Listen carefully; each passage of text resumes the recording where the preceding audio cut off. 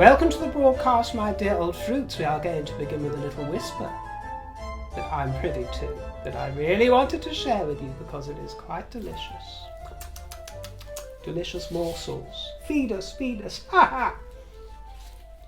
By the way, if my makeup looks a little bit patchy, I'm sorry. I forgot that this glitter, although it looks fabulous in real life, reads rather patchy sometimes.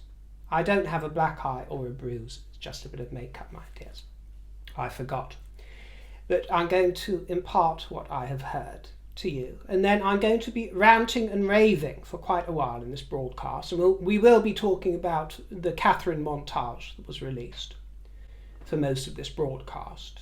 And I'm not going to apologise for it, for ranting and raving. Because one, this is the River broadcast, so what do you fucking expect? This isn't Rainbow. And second of all, it's what I enjoy doing the most. So I'm going to indulge myself, my dear. I'm feeling fruity and saucy. And like a fruit tart. So I'm going to feed my tart response. But first of all, I'll furnish you with the whisper. Because Catherine's montage, without trying, don't get me wrong, it wasn't that they were strategizing and trying. Without even trying, that montage sucked it to the Sussexes, didn't it, my dear? Sucked it to them, because it accomplished everything that they tried to be and portray themselves as in one fell swoop. They did it so much better. So much better. Even though it wasn't, to my personal taste, there's no denying. They sucked it to the Sussexes, and that is such sweet satisfaction. Do not be surprised, my dears, if we are witness very soon and we are subjected to attempts from the Sussexes to trump the Waleses and trump that moment. Don't be surprised. You won't be surprised to find that any such attempts will fail. They will fail. Mark our words, Harry and Meghan, because we know you're tuning in. What I can tell you is that I have heard, truly from a well-placed source, who is a family member with connections to an employee of the Sussexes, and I am not going to clarify or make any clear or specify whether this is with regards to their household or their business, but they have a connection to a family member intimately involved in either or perhaps those things, who was present when the montage broke, the actual moment that it broke. There was no warning when this came through in Montecito. And I am told that Harry was not alone. He wasn't with Meghan, but he was not alone, and that is why his reaction was recorded and related to me, if what I'm told is to be believed. He was not with his spouse. You can use your own judgment, but I'm just telling you what I've been told. And what I've been told, if I cut to the quick, Harry cried. Harry cried. And I'm not talking little blubs, I'm talking deep sobs, which weren't witnessed but were heard, although the beginning was witnessed, because I'm told that he put the back of, as he was watching the montage, he put the back of his hand to his face, sort of like this. I'm right-handed, so. And it was like he was catching tears in the back of his throat, you understand? Studying the montage several times, as most of us did, back of his hand to his face, mini spasms in the body, convulsing, you know, it's that sort of catching thing, tears in the back of the throat. This is what I'm told. This is a reckoning for Harry, a moment of reckoning. And remember that Harry has for several years deployed what I would say are Meghanian mechanisms and tactics to shield himself from his deep guilt and shame that he must feel deep down inside. I don't know at this stage if I'd go so far as to call it remorse, but perhaps this montage summoned up and triggered certain feelings and emotions and deep held feelings of guilt and shame. He's been using Meghanian tactics to shield himself, but the montage brought him face to face in every aspect with his betrayal. You can imagine it, can't you, my dears? Betrayal of his brother, his own flesh and blood. You know, the father, the stepmother, everybody, even his own late mother. It's a betrayal of her memory, to be quite honest with you, and her wishes for the family. But obviously, plainly, his sister-in-law, who doted on him and he on her for many years. They were legendarily close as brother-in-law and sister-in-law. His nephews and his niece, to see them growing up as they are, without their Uncle Harry, who once had such fondness for him, and his betrayal of England, to have the glories of his country set out so beautifully on the shores around Anmar and over Norfolk or wherever they were, while he is shacked up in the middle of a desert with a scheming Arab East, fake friends, a dopey mother-in-law, and Ellen DeGeneres. That's his fate. Well, I'm told that he left the company he was in, the company he was with, before the sobs truly began convulsing through his body, but sobs were detected orally.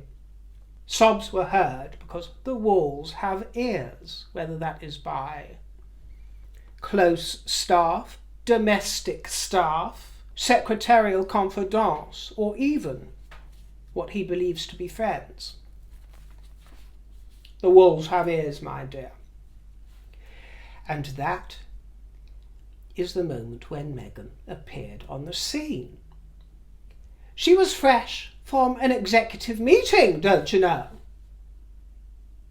She's a busy gal with lots of things to do. She's Melanie Griffith. She's Sigourney Weaver, I should say. Catherine, with a K. She was fresh from an executive meeting and there were no words. There were no words as Harry emerged back onto the scene. She gave him a look, a glance of acknowledgement, and I'm told that she was gripping her mobile phone, presumably after watching this montage. She was gripping it so hard that her hands were blue. Yes. And she cocked her head and she beckoned to the boy to join her. She bade him join her in some other chamber away from the prying eyes and ears that might have reported back to me. But he played oblivious to her cock of the head, and he tended to the children, Prince Murchie and Princess Lilybucks. And then, this is the bit, this is the bit that got me, darlings. It's too delicious. Then she got them all together, the whole family, she insisted. And she made them play board games. Because if you've seen the montage, you will know that there is a moment of them playing board games with the in-laws, with the Middletons. She got them all round playing board. She was like, we're going to play board games, everybody, and I'm going to cook for you, or whatever it was. She got them all together. With Doria, if they can be the in-laws from paradise, we've got the in-laws from paradise. We can show off the family from paradise. This is their thinking, you know. And I'm told that there was a reenactment with forced laughter and gaiety. Really well. So there is something to cheer us all up, my dears. That is what I've been told. You can take it with a pinch of salt or not. I don't care what you do with it, but it's my responsibility to furnish you with the information that I've heard. So I do hope that it brings you some cheer, my dear, before we get serious, because we're about to get serious here. Actually, no, first of all, I will lead into this with a nice comment from Liv Byron, who said that she is a semi-retired journalist and editor, and she requested more fashion critiques from me and said, I must confess I most like it when you scold or are incensed. That's high art. Thank you, my dear Liv Byron. You get it. You get it, my dear. Most of you get it. The vast majority, I'm very pleased to say. There is a smidgen. It goes right over the head and they just don't get it, my dear. I mean, you got me trussed up here in sequins, tiara, black velvet gloves, a wink and a twinkle, and some of them still don't get it, my dear, and take it oh so seriously. Have you never heard of camping it up? You need to watch a Danny LaRue, my dear, or a bit more Liberace, whatever it is. But if you are a person that doesn't get it, then now is the time to be gone. Now is the time to be gone, because I'm going to be getting into it. And I'm going to be dressing down a viewer. So there's no need to tell me not to address comments like these, my dear. It is wonderfully therapeutic to put some folk in their place. It's a marvellous excuse, and I've got content to make. So, with regards to the last broadcast, I told you in that broadcast that Catherine's montage had just been released, and that I hadn't had time to digest it and merely get my thoughts together on it. It had just come out, so I cobbled it onto the beginning of the broadcast.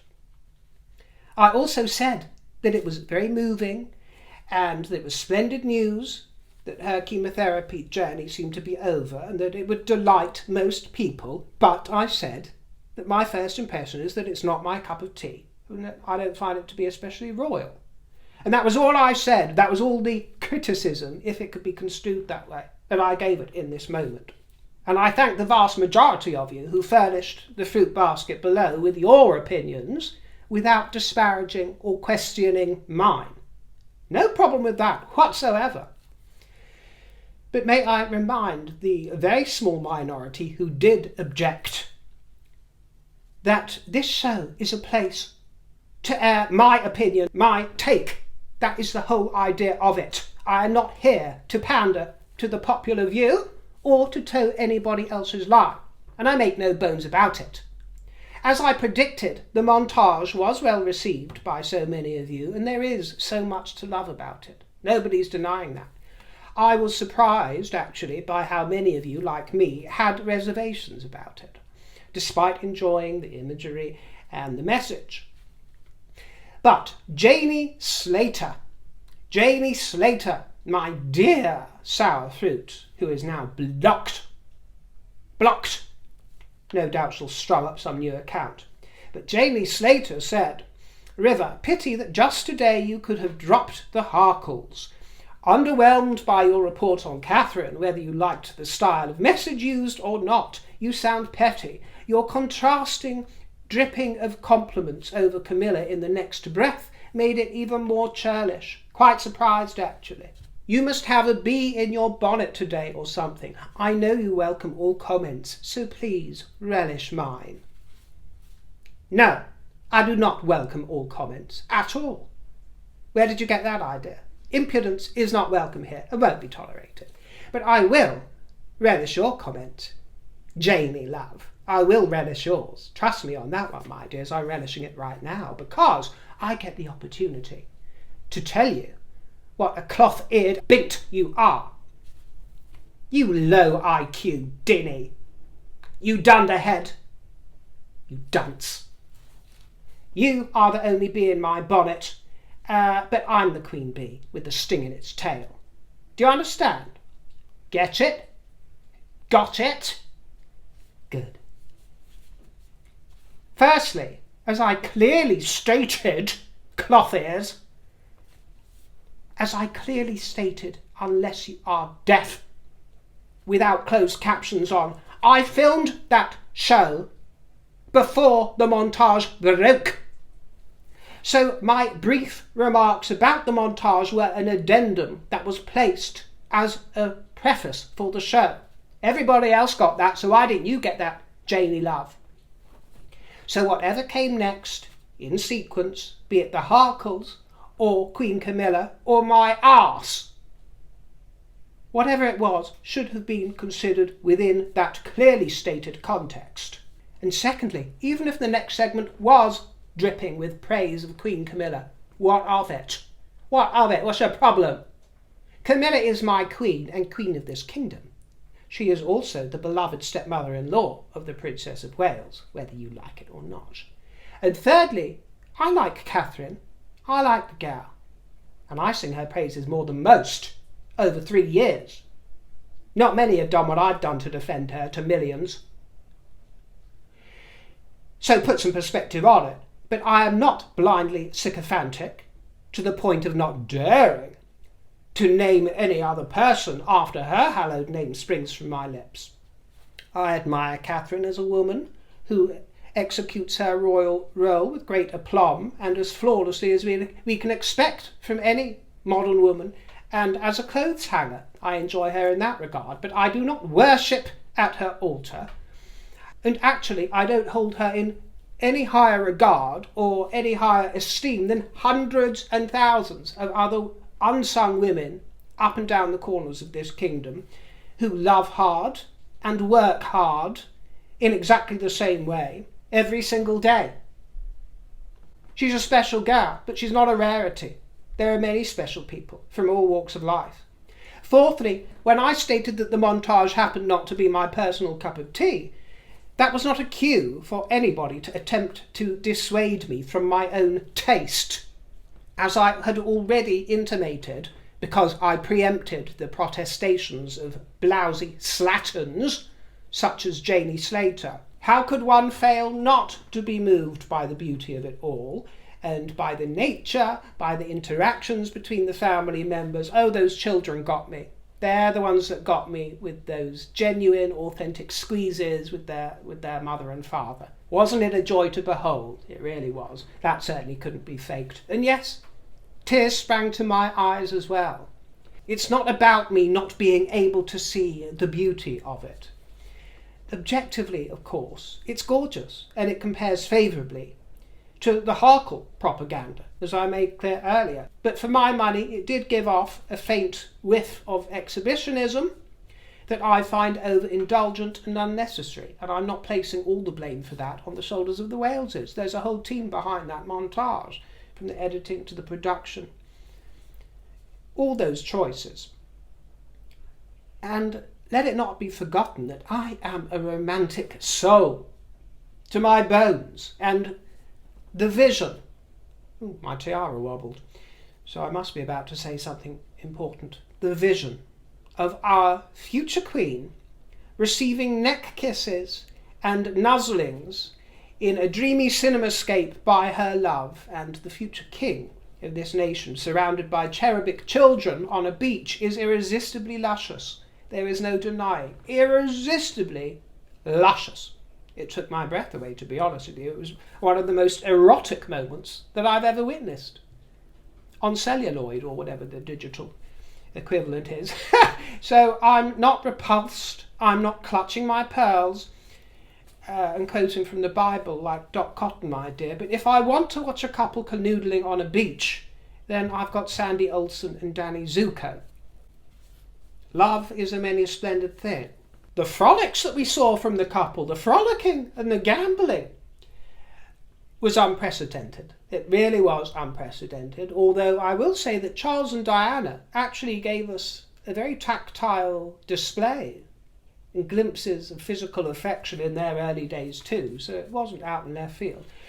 If it's your cup of tea, then I understand why, and I accept it, as I made clear in the previous broadcast.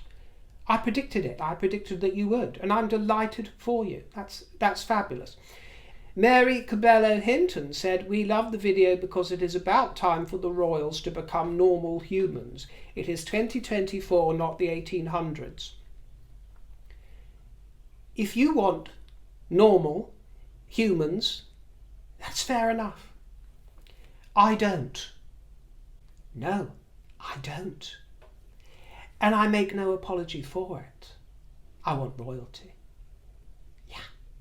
As for it being 2024, well, I actually think that the royal family are very, very modern, from Charles to Camilla all the way downwards. I really genuinely do. I think we see that in every broadcast. I think they are very modern people.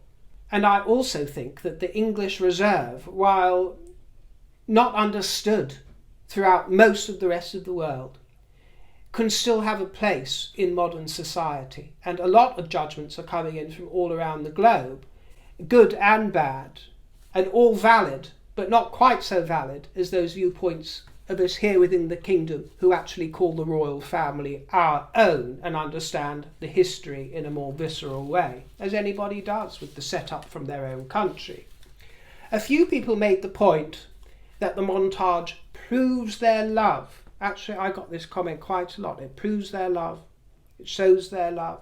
It proves this, it proves that. Well, I found that very interesting, because I have never doubted their love, not for a moment. Even before I took much of an interest in them, I never doubted their love or its intensity, not for a moment. I didn't need proof. I felt it. So it's interesting that it means so much to some of you now that you feel it's been proved to you and shown to you. I never needed it. Miriam Fernandez says, no, River. We love the princess and are so happy for her, but this video was so cringe to me. Their royalty. Please keep the public at bay. Too much. Well, perhaps we're sucking on the same side of the lollipop, my dear, so to speak. But for me, it wasn't so much that the Waleses made me cringe. No, that wasn't really it, but it was the production. While being very effective and very pretty, it turns me off because it over-eggs the pudding. The slow motion, the sort of retro vibe, filmic elements, the music, coaxing. This is one of my bugbears, music that coaxes out one to emote, like they do on X Factor, to make you cry over sob stories, this kind of thing. It is just not my cup of tea. I understand how effective it is, how popular it might be. It's just not my cup of tea. Contrast that with Catherine's announcement on the bench. That was my cup of tea. That was flawlessly executed, royal style, when Catherine made that announcement on the bench. And I realise that this is a different moment that requires a different atmosphere, but that was utterly royal and totally real. Yes, the Waleses have, with this montage, given many people exactly what they want. That was another thing that's been said to me. This is what people want. And they've got it. I believe in the art of leaving people wanting more. I'm going to let that just sit with you a minute. Yes, it gave people what they want, so they can't wait for the next instalment because that's what they want, and they're going to want more and more and more. I believe in the art of leaving people wanting more. Many made the point, with courtesy, I will say, with courtesy, that it makes the Waleses even more human and more relatable. These words were used a lot, and if that is your assessment, I accept it. It does not have the same effect on me, because I thought the Waleses just as human and just as relatable before this montage was released. It hasn't changed my opinion of them at all. I thought they were human and relatable before I saw them kissing and canoodling on the beach. Just as relatable. Perhaps I have greater powers of perception, but I was able to envisage all of the romance and the affection and the rough and tumbles and the love without this particular display. Perhaps some people weren't able to. And for people who say that they have never seen affection between the Waleses, which some say in the press and throughout social media, they've never seen affection before, I don't know where they've been or what they've been missing, because they've certainly been missing things like the Christmas cards that come out, sometimes taken by Catherine, saying, they're huggy, they're cuddly, lots of affection, very, very natural. Everything we see in this montage I've been seeing for years. And in their interactions as well, that are captured on camera, even with the public. Many, many, many times, hundreds of times, cuddles with members of the public and children. I've seen it all before. Tactile, natural, cuddly. Not new. I never saw this frigid, icy, cold family that never give off emotion. If it's new to some of you, I accept it, but all I can say is, where have you been? What have you been looking at? I would possibly have turned down the temperature a little on it if it was left in my hands. Just a few degrees, but I am not their communications director. I'm simply here to offer my take. That is the point of this broadcast. So thank you, Janie Slater, my dear. Janie Slater the hater. I did relish your comment as you wanted me to, because it was so stupid. The Prince of Wales was in Wales at the Swiss Valley Primary School, meeting youngsters who were taking part in a major Welsh language festival. And I've got to tell you, I was listening to some of the interactions with William and the children, and people of Wales, what a credit to you the youngsters are, aren't they? A credit to you. Charming, erudite, mature youngsters. I seem to recall seeing this before with the children of Wales in some other gathering a few months ago, but a credit to the Welsh nation. The crowds were adoring, and William said that he's been trying to learn Welsh phonetically. Well, good luck with that. And in his role as patron of Wales Air Ambulance, he met with staff and crew members. As patron of the Welsh Rugby Union, he was at the home of the Scarlets to present caps and brooches, and he received many good wishes for the princess. Super Marquisaz says, I'd love to learn more from you about how you became so confident. Perhaps share some advice. I find you to be the most fabulous person. Thank you, my dear. That's very kind of you to say so. Well, I can only give a few tips and observations, but if I appear confident to you, which I can be on occasion, then I would say that it begins with a grounding in love, familial love. Well, I can only speak for me. I'm sure it's a different journey for every confident person you meet. But it begins with a grounding in love. I always knew that my family loved me and my siblings. We have always been stars in their eyes at our highest peaks and lowest ebbs. They have always treated us as if we are stars. That's not to say we were indulged or spoiled, although we certainly were at some moments. But we've always been treated like stars. So no matter where we were throughout life, no matter the pitfalls, the hardships, the humiliations, which we all suffer, and I certainly have, and still do from time to time, that is a constant glow from within that gives you an esteem. School was very tough for me. The 10 or 12 years, throughout schooling. That was a tough time for me, as it is for many people. It was the constant threat of violence and humiliation over many years, which is very tough. And by the age of 16, I was a shell of the child that I once was. The confidence had been battered out of me, not physically so much, but through the threat of violence and intimidation on a daily basis. For many years, I felt that I was a shell and a husk of the person I was, mixed in with the usual insecurities that come with adolescence. I mean, there aren't that many outgoing 15, 16-year-olds, whether or not they've experienced a tough time at school. You know, this has to be developed, but that certainly knocked a lot of the confidence out of me, although I still kept that inner glow. I still thought that I was the best thing since sliced bread. Always. No matter what I went through, I always had that. I suppose you could call it arrogance, a sliver of arrogance, if you will. I think a sliver of everything is healthy, as long as it doesn't rule the school, you know. But those kids at school, you know, the cool ones, the tough ones that ruled by intimidation, the class clowns, they are the truly insecure. And their confidence is a fake sort of confidence, bravado, if you will, rather than confidence. And it suppresses those around them, such as myself and others, who perhaps might be smarter, wittier, brighter, or if not, sometimes just full of more goodness than them, more reason, perhaps even kinder. Or in my case, very beautiful. The type of beauty that can elicit jealousy, passion,